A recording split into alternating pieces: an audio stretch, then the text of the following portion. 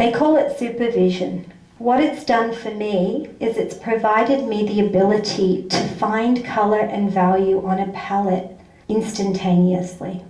My goal has always been to bring art to people. It's always been my goal, tetrachromacy or not. But if I have something that's different, that makes me unique, that makes me a standout, then I'm going to have that opportunity to have that platform just like I have with you today. And anybody that knows me knows that I'm passionate about the arts. And I'm distressed that we don't have it in our schools and our children don't get exposure to it. And I'm distressed that it took my daughter at age of 8 to come to me when a colour vision test is a free item, and that we can't give our children a colour vision test when they first go into school or in their paediatric exams, when maybe they'll get to be a young adult and have their heart set on being a fighter pilot or an interior designer, and they're told at the 11th hour that they can't.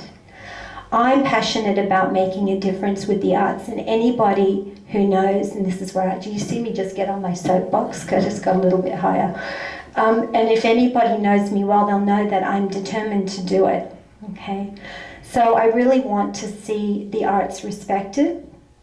Look, we respect doctors and we respect lawyers and we respect politicians, though sometimes I'm not sure why, but we respect a number of different people who are we call professionals.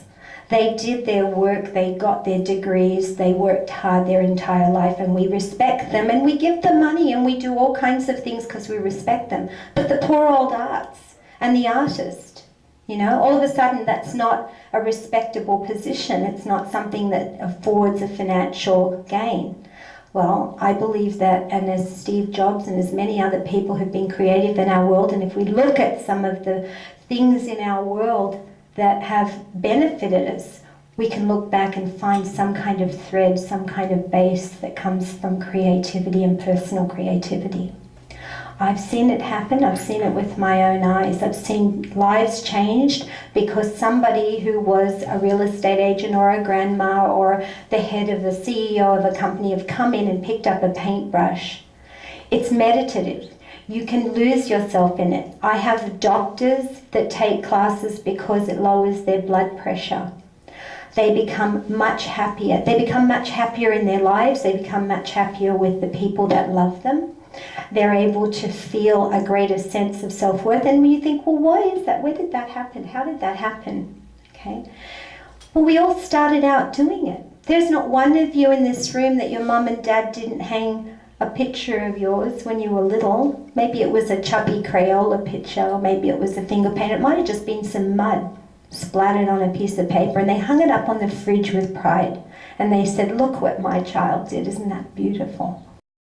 I'm here to tell you to find that creative outlet, that bliss, and do it, because it will change your life, whether that's look, I'm a great gardener. They said, Monet said that his greatest creation was his garden, and I believe it. Whatever that is, pets, you know, crochet, golf, I don't care what it is, but make sure that you find that creative outlet. I've seen it change lives.